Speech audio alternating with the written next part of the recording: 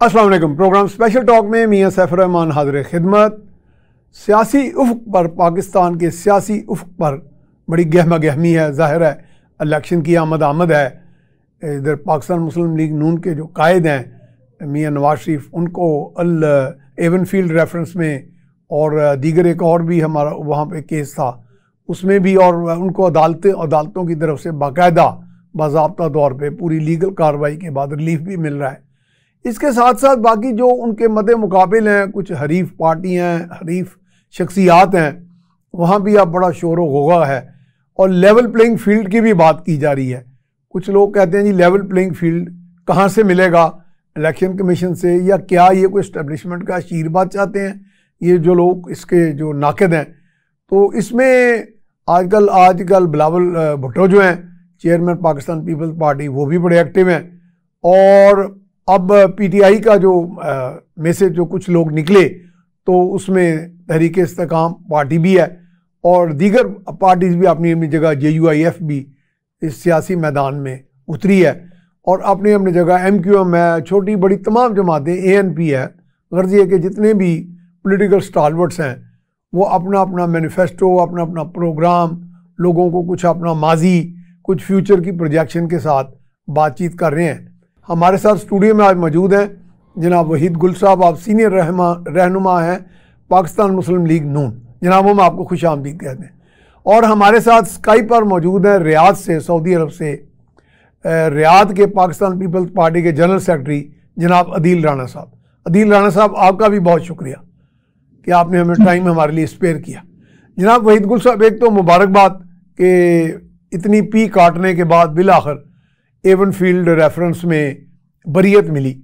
और दीगर भी जो एक दो और केसेस हैं उनके बारे में भी यही शुनीद है कि उनमें भी उन्हें मिल जाएगा। इसमें जो उनके नाक़दीन हैं वो अब, पहले तो अदालतों से इंसाफ की डिमांड करते थे, अब अगर अदालतों ने कोई फैसले किए हैं तो अब अदालतों पे उंगलियां उठा रहे हैं कि जनाब ये तो सारा उनको लेवल प्लेइंग फील्ड मिल गया, कहीं से कोई इशारा आया, अदालतों ने फैसले महफूज कर लिए, फिर बाद में कहीं से मशावरत या दबाव के तहत मियां नवाज शरीफ के हक में दे दिए फैसले। जनाब जी, बिस्मिल्लाहिर्रहमानिर्रहीम। बहुत शुक्रिया, आपने मुबारकबाद दी जी, और यकीनन ये एक मुबारकबाद का ही दिन है। हमारे लिए एक बड़ी खुशी की बात है कि बात सिर्फ एक केस की नहीं है, बल्कि ये वो फैसला था जिसने पाकिस्तान की तारीख के अंदर जो है वो इसको याद रखा जाएगा। अगर जिस तरह से अदालती फैसलों के अंदर जो है वो किसी अच्छे फैसले की बुनियाद बन जाती है और उसकी मिसाल जो है वो फैसलों में दी जाती है, नज़ीर बन जाती है और नज़ीर बन जाती हाँ है जी। और इसी तरह से अदालती तारीख के अंदर ये एक बुरे फैसलों की जो है वो एक तारीख और एक नज़ीर के तौर के ऊपर जो है वो इसको कभी भी फरामोश नहीं किया, जिसको कुछ लोग वो ब्लैक लॉ भी कहते हैं। मियां साहब खुद भी कह रहे थे ना, बिल्कुल ये ब्लैक लॉ कि ब्लैक डिक्शनरी, ब्लैक लॉ क्या चीज है। और ये वो फैसला था कि जिसने एक तरफ जो है वो मुंतखब वजीर आजम को जो है वो ना सिर्फ जो है कैद की सजा सुनाई, ना सिर्फ उनकी बेटी को, उनके दामाद को एक झूठे मुकदमात में फंसा के, बल्कि जो इसके असरात थे वो आज तक जो है वो पाकिस्तान की कौम जो है वो उसको जो है वो भुगत रही है। और मईशत की जो दरगू हाली नवाज शरीफ साहब के जाने के बाद हुई वो तो पूरी कौम ने देखा। ये वही नवाज शरीफ साहब थे कि जब वजीर आजम पाकिस्तान थे तो पाकिस्तान के अंदर जो है वो जा बजा लाहौर से लेकर इस्लामाबाद तक और इस्लामाबाद से लेकर जो है वो पेशावर तक और पेशावर से लेकर गवादर तक जो है वो मोटरवे का जा बजा तौर के ऊपर जाल जो है बिछाए जा रहे थे और एयरपोर्ट्स को जो है वो तोसी और तरक्की दी जा रही थी और पाकिस्तान जो है वो दुनिया के अंदर एक पहला इस्लामिक जो है वो एक ताकत बनकर जो है वो उभरा। और इतने प्रेशर के बावजूद नवाज शरीफ साहब ने ये फैसला किया कि जब हिंदुस्तान ने 5 धमाके किए तो नवाज शरीफ ने 6 धमाके करके उनको जवाब दिया। कहना मैं ये चाहता हूं कि ये फैसला जो है ये सिर्फ जो है इसके असरात जो है वो नवाज शरीफ साहब, उनकी फैमिली के ऊपर, हमारी पार्टी के ऊपर ही नहीं पड़े, बल्कि पूरी कौम और पूरे पाकिस्तान के ऊपर जो है वो इसके असरात पड़े, और जिसका खमियाजा हमने एक जला वतनी की सूरत में भुगता, और हम जैसे पॉलिटिकल वर्करों ने जेलों में जाके भुगता, और शदीद तरीन जो है वो तशद्दुद का निशाना जो है वो हमें बनाया गया। हमारा कसूर क्या था? हमारी लीडरशिप का कसूर क्या था? क्या वही कसूर था कि जो अभी मैंने वो तरक्याती मंसूबे उनके गिनवाए, क्या यही कसूर था कि पाकिस्तान को एटमी ताकत जो है वो बनाया गया? और हमारा कसूर यही था कि उस वक़्त के मतलकल अनान जो ताकतें थी उनके आगे नवाज शरीफ साहब ने जो है वो सर नहीं झुकाया। तो मैं समझता हूं कि यकीनी तौर पर आपने जिस तरह से ये मुबारकबाद दी है, ये मुबारकबाद मेरे लिए नहीं है, ये मुबारकबाद पूरी कौम के लिए, पूरी पाकिस्तान के लिए है। और आप देखेंगे कि जैसे ही नवाज शरीफ के पाकिस्तान आने की उम्मीद बनी, आपके स्टॉक एक्सचेंज ने जो है वो आगे की तरफ चलना शुरू कर दिया। जैसे नवाज शरीफ पाकिस्तान के अंदर लैंड करते हैं तो ये उम्मीद बन गई ताजरों के अंदर, और पाकिस्तान की मईशत के अंदर एक जान आना शुरू हो गई। और आज स्टॉक एक्सचेंज जो है वो पाकिस्तान की तारीख के अंदर एक रिकॉर्ड जो है वो बनता जा रहा है। 61,000 तक चला गया इंडेक्स। बिल्कुल, ये वही स्टॉक एक्सचेंज है। अच्छा, मेरा ख्याल है कि वहीदुल साहब आप भी इजाजत हो तो हम जरा अदील राणा साहब से भी बात करें। अदील राणा साहब, इस वक्त मुल्क को जो दरपेश मसाइल हैं, यकीनन जैसे भी वहीदुल साहब ने भी कहा, वो तो इकोनॉमिक जो हमारे मसाइल हैं, और किस तरह एक चलता हुआ निज़ाम को रोका गया, किस तरह उसको बाकायदा सबताज किया गया, और पूरे का पूरा, जैसे जुल्फ़िकार अली भुट्टो भी कहते थे कि they are putting the clock back, यानी पूरे निज़ाम को एक रिवर्स गियर पे लगा दिया गया। अब उसको बड़ी मुश्किल से जाके हमें कहीं अब ये IMF का स्टैंड बाय अरेंजमेंट मिला, और फिर आगे बढ़ने के लिए असर नौ काविशें करनी पड़ी। इसमें हाल ही में एक आसिफ अली जरदारी साहब का भी एक बयान आया जिसमें उन्होंने कहा कि ज़राअत जो हमारा चूंकि एक बहुत बड़ी रिसोर्स है, बल्कि नंबर 1 रिसोर्स है,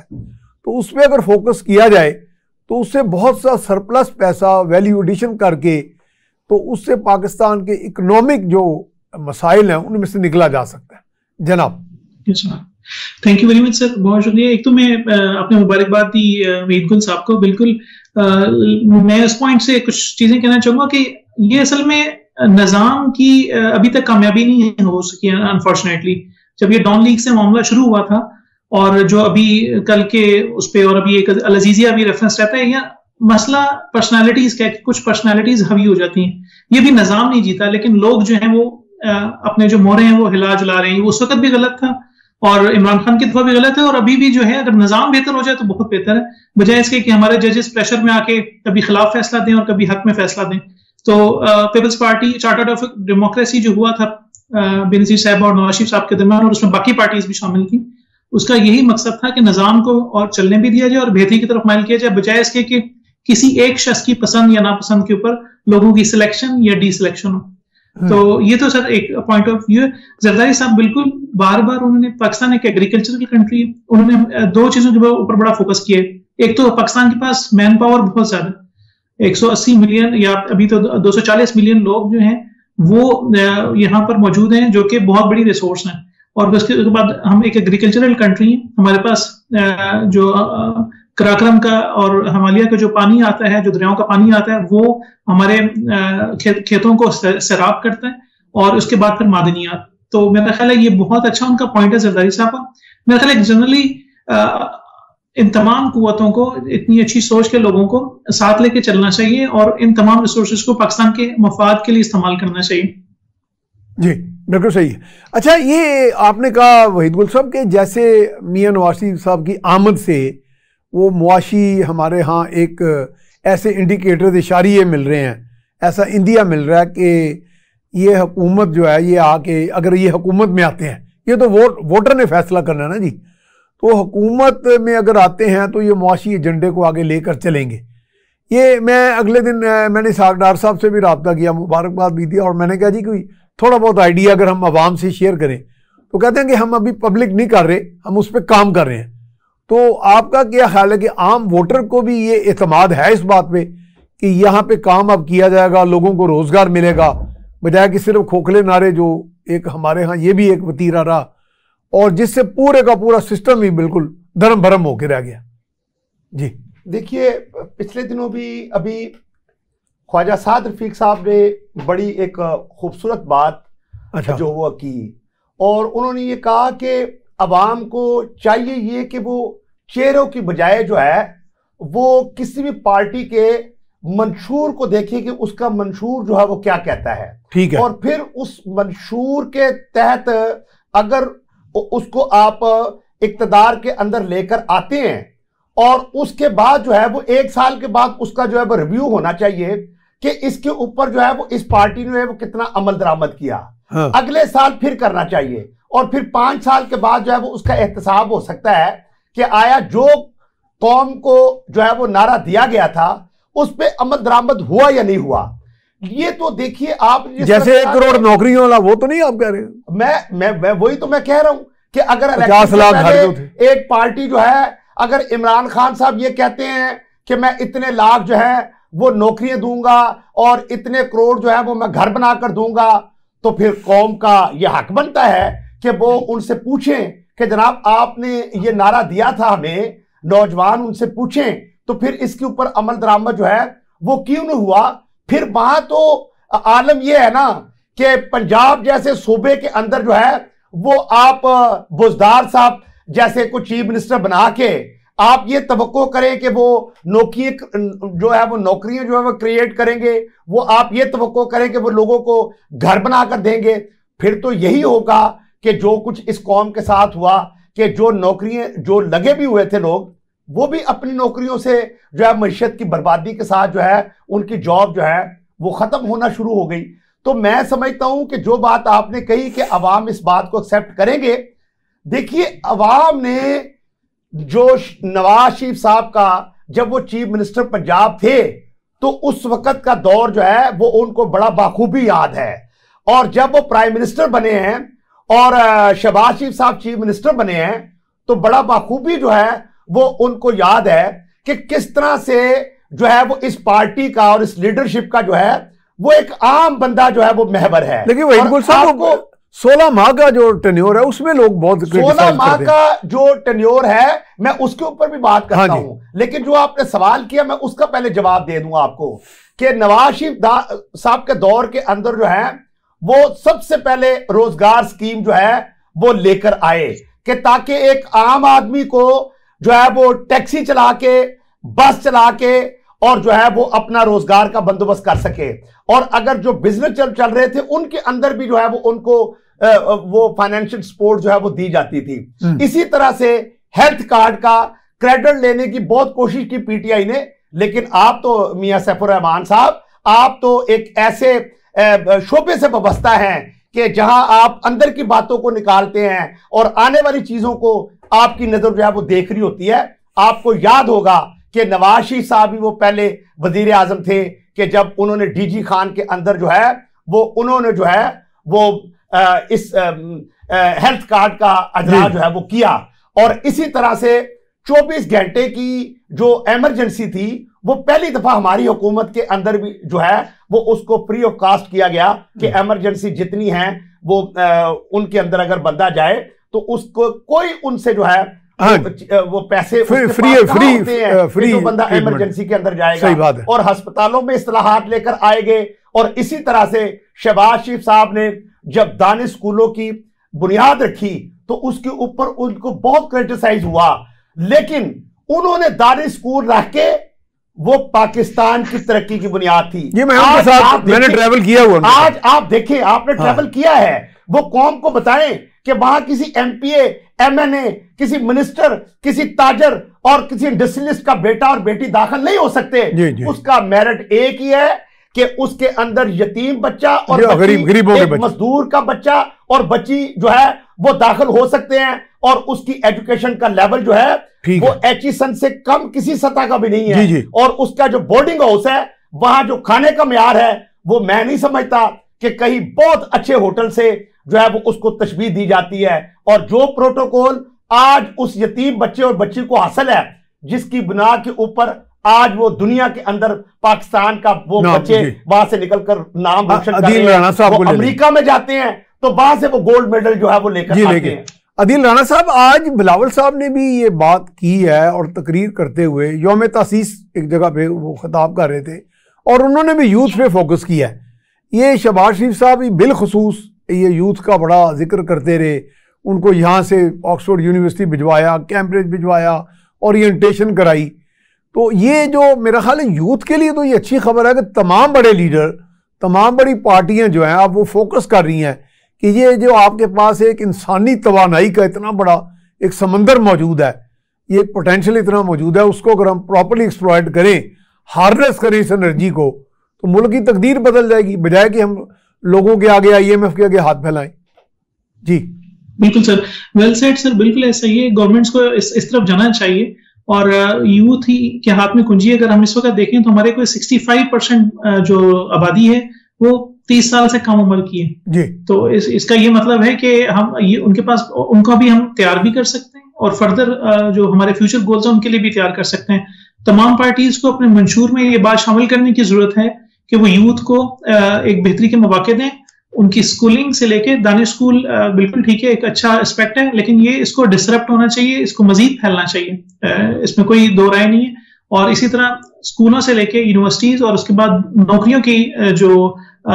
उनकी तलाश है उसमें उनके लिए आसानी होनी चाहिए। उनके जो मौके बाहर मौजूद हैं या वहां से इन्वेस्टमेंट अट्रैक्ट की जाए। और ये मेरा ख्याल है इसमें कोई मजाका नहीं है कि मिडिल ईस्ट जो है इस वक्त बड़ी मार्केट, जहां पे मैं भी बैठा हूँ, एक ग्रोथ की मार्केट है। इसका एक प्रॉपर चैनल बनाना चाहिए। हम ये देखते हैं कि जो हमारे ओवरसीज के मिनिस्टर्स हैं वो बातें तो बहुत करते हैं, लेकिन पाकिस्तानी फिर भी कई ऐसे जालों में फंस जाते हैं कि यहाँ पे आकर उन्हें वो प्रॉपर नौकरी नहीं मिलती। जबकि बाकी ममालिक में, जिनमें मैं इंडिया की बात करूंगा, फिलीपीन की बात करूंगा, इन लोगों ने ऐसे प्रोसेस बनाए हैं कि वो पाकिस्तान में या अपने मुल्कों में वो ट्रेनिंग देते हैं और उसके बाद उन्हें तैयार करते हैं, कुछ लैंग्वेज के कोर्सेज करवाते हैं और उसके बाद यहाँ पे प्रॉपर्ली सेट करते हैं और एक लीगल वे में करते हैं और पूरा फॉलो अप रखते हैं साथ। जी बिल्कुल। जबकि हम देखते हैं पाकिस्तान में सिर्फ एजेंट्स या अपनी पॉलिटिकल, नॉन पॉलिटिकल बट माशरती जो उनके एफिलिएशंस हैं उसके जरिए, वो अपने कनेक्शंस के जरिए लोगों को धोखाधड़ी और उसमें फंसा देते हैं। और जो ठीक ठाक घर रह रहे होते हैं वो जो कर्जा लेके पहुंचते हैं तो उनके पास ये नहीं होता कि वो वापस अपनी अमाउंट भिजवा सकें, अपने आप को अपना खर्चा चला सकें। तो इसको चैनलाइज करने की जरूरत है। हम ये देख, लेकिन ओवरऑल इंप्रेशन क्या है हमारी वर्कफोर्स का मिडिल ईस्ट में? सर हार्ड वर्किंग, उनकी एक्सेप्टेंस है वहां पे? बिल्कुल sir, Pakistani professionals, Pakistani technicians, Pakistani labour, Pakistani जो कस्टमर सर्विस के अंदर हॉस्पिटैलिटी सेक्टर में जो लोग हैं, इनकी बड़ी वैल्यू है और बड़े अच्छे, बड़े बेहतर ये लोग हैं। सिर्फ ये है कि राइट अपॉर्चुनिटी राइट पीपल के पास पहुंचे और वो यहाँ पे उनकी खपत हो। अगर पाकिस्तान के देखा जाए 1 करोड़ पाकिस्तानी इस वक्त पाकिस्तान से बाहर है, उनमें से तकरीबन 45 लाख यानी 45 to 50% गल्फ के ममालिक में। तो और ऐसा नहीं है कि ये अपॉर्चुनिटीज खत्म हो गई, ये मजीद ग्रो हो रही हैं और इसको बहुत तेजी से कैप्चर कर रहे हैं बाकी ममालिक। तो पाकिस्तान की यूथ को भी चाहिए, गवर्नमेंट को अपने मंशूर का एक हिस्सा, जैसे अभी साद रफी की बात उन्होंने कोट की, 1 साल बाद रिव्यू करना बिल्कुल ठीक है, इस मंशूर को वैलिडेट करना और उसको हमने ये देखा है कि हमारे कुछ इदारों के बड़े अच्छे सेटलमेंट्स हैं इन ममालिक में, जिसमें हमारी परफॉर्मेंस इवैल्यूएशन का पूरा एक सेटअप होता है। हमारे साथ स्टूडियो में मौजूद हैं जनाब वहीद गुल साहब, सीनियर रहनुमा पाकिस्तान मुस्लिम लीग नून, और स्काइप पर हमें ज्वाइन किया है जनाब अदील राणा साहब ने, जनरल सेक्रेटरी हैं पाकिस्तान पीपल्स पार्टी रियाद। और पूरा पाकिस्तान का जो इस वक्त सियासी जो मंजरनामा है उस पर बात हो रही है। जी वहीद गुल साहब, तो चूँकि मसाइल तो हमारे यकीनन मुआशी बुनियादी वो मसाइल हैं, लेकिन एक साथ साथ एक मुआशरे में एक गदर की सी कैफियत है। हमने इतनी नफ़रतें कुछ पाल ली हैं, ओए तोए की सियासत, ये कभी कभी पाकिस्तान को मर्ज़ वजूद में आप देखें ना 7 दिहाइयाँ हो गई हैं। इतना गदर, इतनी बुरी हालत पहले मुआशरे में इस तरह नहीं देखी। तो ये इसको तो, और फिर इस्लामी मुआशरा, हम हज़रत सल्लल्लाहु अलैहि वसल्लम को मानने वाले लोग, उनके तो ज़ुबान में शीरीनी होनी चाहिए, बजाय कि हम ओए तोए कहें, किसी को चोर डाकू कहें। ये चीज़ें, ये शाइस्तगी जो ख़त्म हो गई है, ये तो मेरे मईशत से भी बड़ा मसला बन गया। देखिए, पहले तो मैं अदील राणा साहब का शुक्रिया अदा करता हूँ कि उन्होंने दानिश स्कूल की जिस तरह से तारीफ की और कहा कि इस काम को जो है वो अजी वो मैं खुद शहबाज शरीफ साहब के साथ 3-4 मरतबा उनके हेलीकॉप्टर में ट्रैवल करता रहा। मैं बल्कि हैरान हुआ एक दफ़ा वहीद गुल साहब के हमें वो ले गए एक जगह में, चिश्तियाँ था गालिबन, मुझे वो याद है। बच्चों ने पेंटोमाइम शो दिखाया तो मैंने सीएम साहब को कहा, मैं सीएम साहब ये तो अमेरिका या इंग्लैंड में हम देखते हैं, ये आपने गाँव में ये चीज़ दिखा दी। तो बच्चे बिल्कुल गरीबों के थे। ये बात वाकई खुश आइंदा है कि हम सब लोग काम करें इस तरह के लोगों को, डाउन ट्रॉडन लोगों। तो मैं कहना ये चाह रहा था कि ये है जमहूरियत का हुस्न और ये हमने सीखा है मिसाके जमहूरियत से। यानी आप देख रहे थे कि एक वक्त वो था कि जब बिल्कुल पीपल्स पार्टी और मुस्लिम लीग नून की लीडरशिप से लेके पॉलिटिकल वर्कर तक जो है दुश्मनी की दस्ते गिरबान नजर आते। बिल्कुल। लेकिन जब जमहूरियत मिसाके जमहूरियत हुई और हमने ये समझा कि ये तो इस लड़ाई के अंदर कौम पिस रही है और ये लड़ाई पैदा करता है डिक्टेटरशिप की, तो उसके ऊपर जो है आज आप जो है वो पीपल्स पार्टी का तर्ज अमल भी देख रहे हैं और हमारी लीडरशिप का भी देख रहे हैं। आज ही मैं बिलावल साहब को सुन रहा था, बड़ी खूबसूरत बात कही उन्होंने कहा हमारा जो झगड़ा है वो किसी भी दूसरी पार्टी की लीडरशिप से नहीं है, किसी पार्टी से नहीं है, बल्कि हमारा तो जो झगड़ा है वो तो उस काम से है कि जिसकी वजह से जो है वो लोग गरीब से गरीब तर जो है वो होते जा रहे हैं। तो यकीनन आज इस बात की जरूरत है, जिस तरह से आपका सवाल आपकी तरफ से आया, यकीनन जो है ये चीजें किस तरह से ठीक होंगी? ये चीजें इसी तरह से ठीक होगी कि जब मुंतखब हुकूमतों को जो है वो 5 साल जो है वो काम करने दिया जाए और वो काम करने के बाद जो है वो अगली मर्तबा अपनी कारकर्दगी की बुनियाद के ऊपर जो है वो अवाम के पास जाए। तो इस चीज का तो मौका ही नहीं आता। किसी को 3 साल, किसी को 2.5 साल, दरमियान में कार्टून लगा दिया जाता है, जो है वो घर जो है वो चलता किया जाता है। और उसके कंधे भी जो हैं वो, मैं मादरत के साथ मुझे कहने दे कि ये कुछ सख्त अल्फाज होंगे कि जो कंधे जो इस्तेमाल होते हैं वो भी किसी और के नहीं, वो अदारा जाती है हमारे कंधे, पॉलिटिकल जमातों को जब इस्तेमाल होते हैं। तो मैं समझता हूं कि मिसाके जमहूरियत से बढ़कर जो है वो एक कदम एक और जो है वो पॉलिटिकल पार्टियों के दरमियान जो है वो इस बात पर कंसेंसस होना चाहिए कि चाहे कुछ भी हो जाए वो किसी तौर के ऊपर भी जो है वो मार्शल लॉ और डिक्टेटरशिप को जो है वो बर्दाश्त नहीं करेंगे और इसका रास्ता जो है वो हम नहीं देंगे। हाँ, कारकर्दगी की बुनियाद के ऊपर जमातें जो हैं वो यकीनी तौर पर क्रिटिसाइज जरूर होना चाहिए, लेकिन जिस तरह से पीटीआई के दौर में एक बाहर का पढ़ा लिखा लीडर जिसके बारे में ये तसव्वुर किया जा रहा था कि यकीनी तौर के ऊपर वो एक कौमी हीरो तो था ना क्रिकेट की शक्ल में, और उसके जो है वो लाखों हजारों जो है फॉलोअर्स तो थे, फॉलोअर्स जो हैं वो पाकिस्तान के अंदर जो है वो मौजूद थे। लेकिन उन्होंने अपने तर्ज अमल से आज जो है वो दस्ते गिरबान कर दिया भाई को भाई से और पार्टियों को आपस में लड़ा दिया और सिर्फ गलीत इल्जामात और गालियों के कल्चर को परवान चढ़ाया जो है। और जिस तरह से जो है वो मसनूई, मैं तो कहूँगा कि जजों को लाकर जो है वो बिठाया गया और जिस तरह से इवन फील्ड जैसे फैसले किए गए, और जो है वो फैसले ही नहीं किए गए बल्कि ये कंट्रोवर्सी आप ये देखें कि शायद दुनिया की तारीख में इसकी नज़ीर ना मिलती हो कि जनाब सुप्रीम कोर्ट जो है वो एक ऐसा किरदार अदा कर रही हो कि इन्वेस्टिगेशन का किरदार, बाकायदा निगरानी की जा रही है ट्रायल की, फिर निगरान जज जो हैं वो मुकर्रर करके जो है वो फैसले लिए जाएं और किसी को वीडियो दिखाकर जो है वो स्पेशल जजों के जरिए से लीडरशिप के खिलाफ, मकबूल लीडरशिप के खिलाफ जो है वो फैसले लिए जाएं। तो मैं समझता हूं कि ये वो पाकिस्तान की जो तारीख है जिसने दुनिया के सामने हमारे चेहरे को ना सिर्फ स्याह किया बल्कि हमारी मईशत को तबाह बर्बाद किया, हमारी सियासत की बर्बादी का आगाज जो है वो इससे हुआ। मैं तो समझता हूं कि एज ए पॉलिटिकल वर्कर चाहे कोई और मुतालबा करे ना करे, इन जैसे जालिमों को, ऐसे जजों को, ऐसे निगरानों को जरूर जो है वो कटेरे में लाकर जो है अकाउंटेबिलिटी को जो है वो कौम, वो देखिए मेरा एहतसाब तो वोट के जरिए से होता है, हल्के की आवाम करती है, तो मेरे लीडरशिप का तो जो है वो एहतसाब होता है। तो अगर जो है वो एहतसाब ना हो और उनका ना हो जो ताकत के महबर समझे जाते हैं और जो मुंतखब हुकूमतों को तख्तों को उल्टा दिए जाते हैं, उनसे जो है वो कोई पूछने वाला ना हो। अब अदील राणा साहब को लेते हैं। अदील राणा साहब, ये जैसे अभी इन्होंने बात की, तो इससे एवन फील्ड केस में एक खास जो नुक्ता है जो मैं डिस्कस करना चाह रहा हूं, वो ये है कि अदालतों ने फैसला कर, और मुल्क की सबसे बड़ी अदालत, उसमें बाकायदा कहा जी ये गॉडफादर, ये यूनियन सिसिलियानो, और ये मुझे याद आ जाता जुल्फकार अली भुट्टो का केस, क्योंकि वो भी एक अदालती मर्डर के तौर पे दुनिया में अब भी बड़े बड़े मरूफ कानूनदान कहते हैं।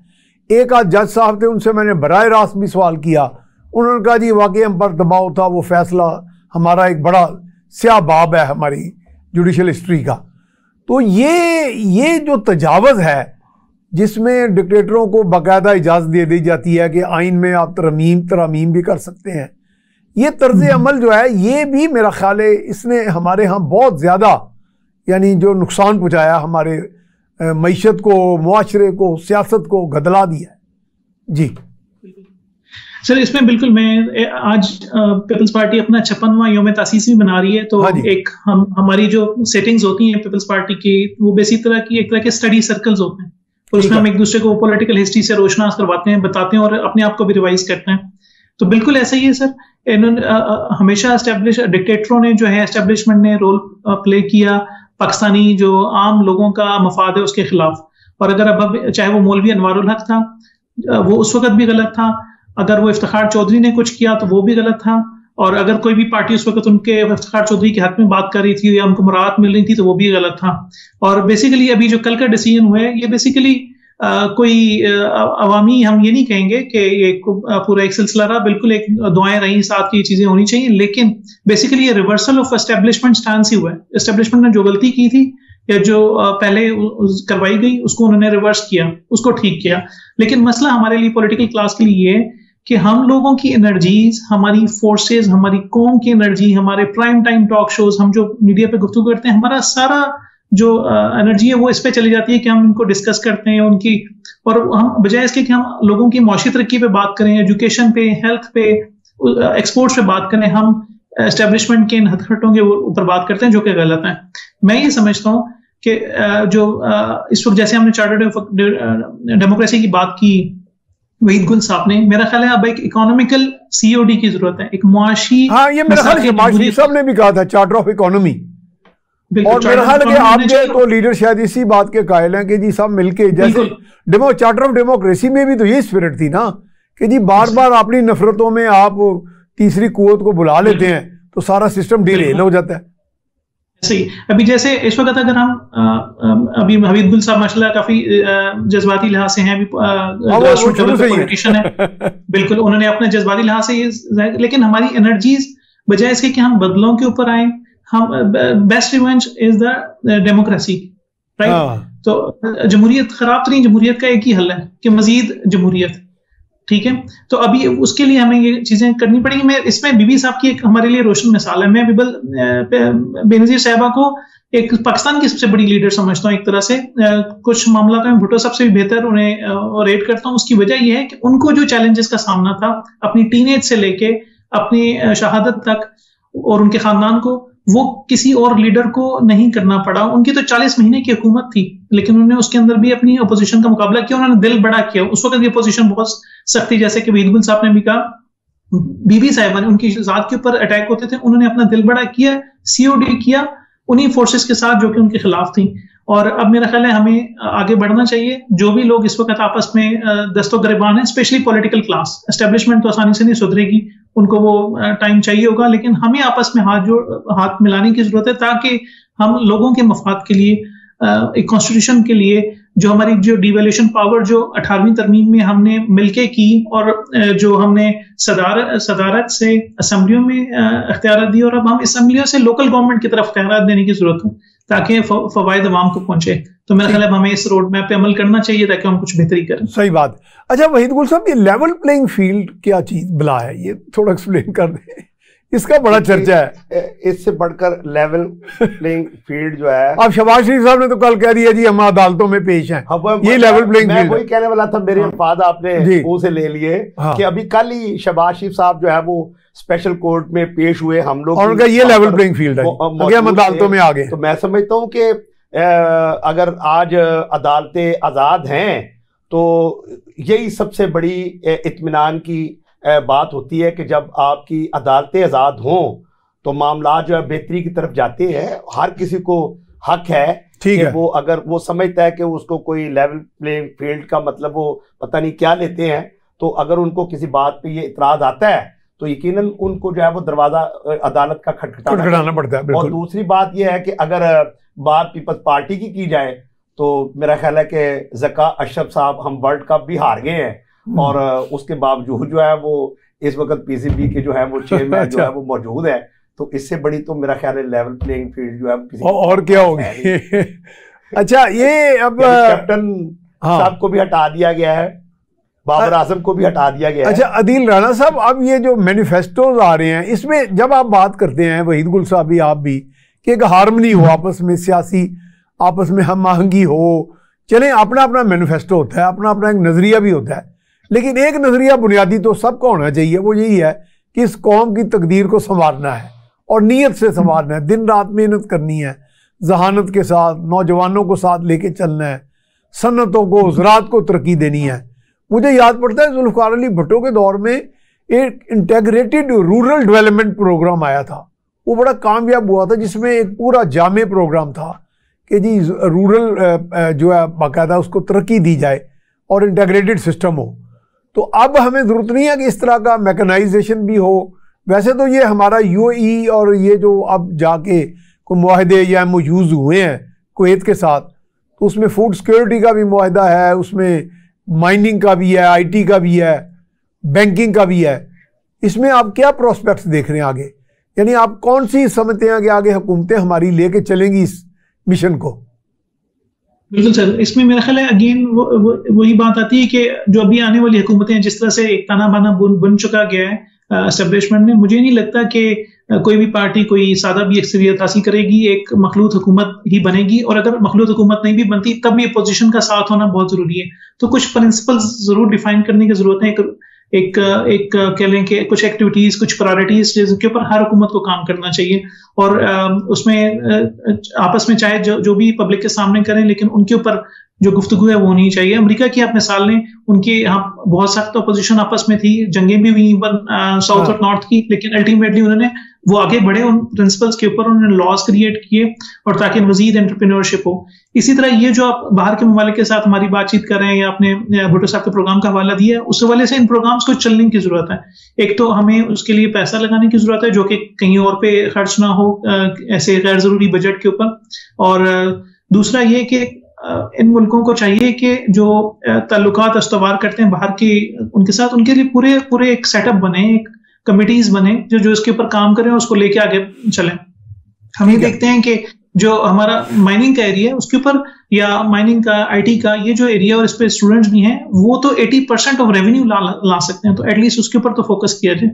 तो मेरा ख्याल है तमाम पार्टीज को इकट्ठे करके इनके ऊपर जरूर अपने मंशूर में भी चीजें लेके आनी चाहिए, और एक कलेक्टिव मंशूर भी होना चाहिए जो कि पाकिस्तान के अवाम का हक है। और अब ये बताएं कि CPEC पे जो प्रोग्रेस जारी है, इसके बारे में आपकी क्या राय है कि CPEC तो एक बहुत बड़ा प्राइम प्रोजेक्ट है हमारा?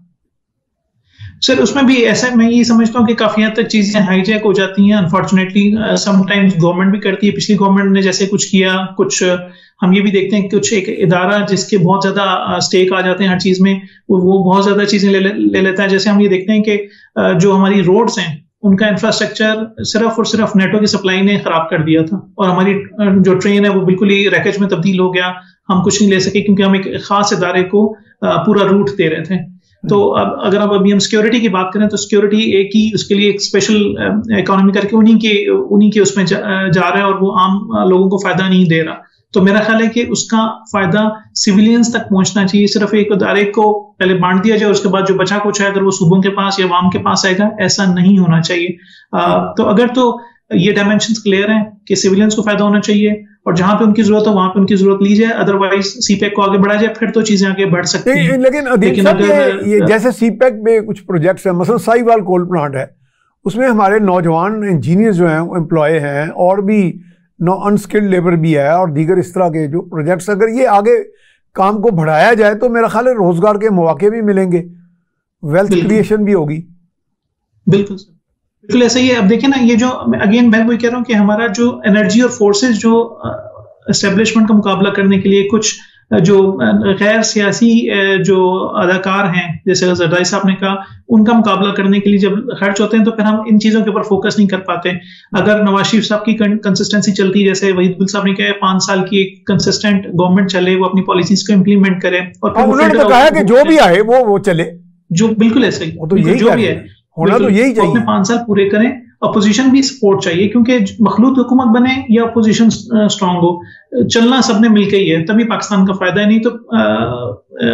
ये पाकिस्तान के लिए नुकसानदेह होगा। तो मेरा ख्याल है कि अगर एनर्जीज को हम अपनी जज्बात को थोड़ा सा काबू में रखें और इकट्ठे लेके चलें, जो सियासी लोग हैं वो ही चीजों को आगे बढ़ा सकते हैं, और अपने कंधा पेश ना करें एस्टेब्लिशमेंट को, तो मेरा ख्याल है कि फिर लोगों का फायदा हो सकता है, अदरवाइज एक बड़ी मुश्किल में ही हम रहेंगे। अच्छा वहीद गुल साहब, एस्टेब्लिशमेंट इतना बड़ा मसला तो नहीं है जितना कि हम बना लेते हैं। मेरा ख्याल है ये हुआ ज़रूर है कि माजी में कुछ ताले आज़मा लोग ओहदेदार आए बड़े बड़े, उन्होंने पूरे का पूरा सिस्टम ही डैमेज भी कर दिया, उसको उल्टा भी दिया। लेकिन मेरा ख्याल है कि हम मिन हसूल कौम सियासी हमारी तरबियत भी हो रही है, और कुछ ना कुछ आगे जाके ये भी एक कुव्वत बनती जा रही है ना जी अवामी, और ये मेरा इतना आसान नहीं होगा इस अवामी कुव्वत को बिल्कुल ही रोन डालना या नज़रअंदाज करना। माजी में होता रहा, इसमें कोई शक नहीं। ये आप सही कह रहे हैं, इतना बड़ा मसला तो नहीं है, मसला रहा है, इसमें कोई शक नहीं। नहीं, मैं समझता हूँ कि इतना बड़ा तो नहीं है, लेकिन आप 2/3 अक्सरियत लेकर मुल्क के मुंतखब वज़ीर आज़म बन जाएं और आपको जो है वो बेटे से तनख्वाह ना लेने की तनख्वाह ली भी इसका तो गिला रहेगा, उसके मद के अंदर जो है वो आपको निकाल दिया जाए, इतना बड़ा मसला तो नहीं है कि जुल्फ़कार अली भुट्टो साहब जो है वो उन्होंने कत्ल भी ना किया हो और उनको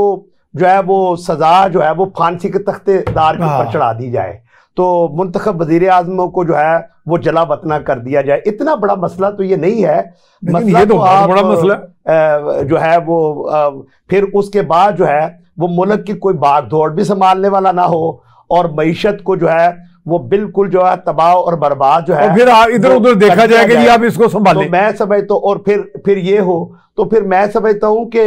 अब वो वक्त आ गया हुआ है कि अब या तो मुंतखब हुकूमतें जो अवाम मुंतखब करें वही हक के हुक्मरानी करेंगी, और या जो रोल इस तरह का किरदार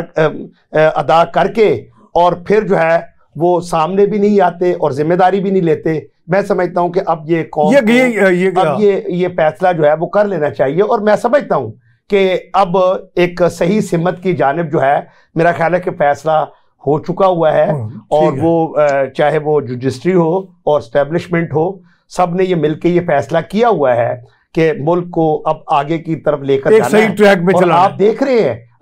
हैं कि बड़े बड़े जो इकोनॉमिक फैसले आज हो रहे हैं उसके अंदर एस्टेब्लिशमेंट का जो है। अच्छा वहीद गुल साहब, बातें बहुत उम्दा हो रही थी, लेकिन अब प्रोग्राम आपने इख्तिताम को पहुंचा, आपका बहुत शुक्रिया, आप तशरीफ लाए। तो अदील राणा साहब, आपने बड़ा टाइम स्पेयर किया, so kind of you, thank you very much. तो नाजरीन, आपने ये सारी बातचीत सुनी, इसको सम अप इस तरह का लिया जाए कि अब फैसला ऐसा हो चुका है कहीं ना कहीं पे, और उसमें बुनियादी तौर पे आवाम ही का बुनियादी किरदार है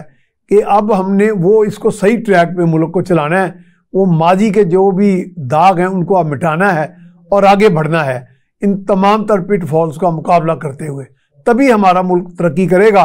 और ये रोज़मर्रा की जो बहस मुबाहिसे हैं अनहेल्थी, इनमें से हमने निकलना है। इसके साथ ही अपने मेज़बान मियाँ सैफ रहमान को इजाज़त दीजिए। अल्लाह निगहबान।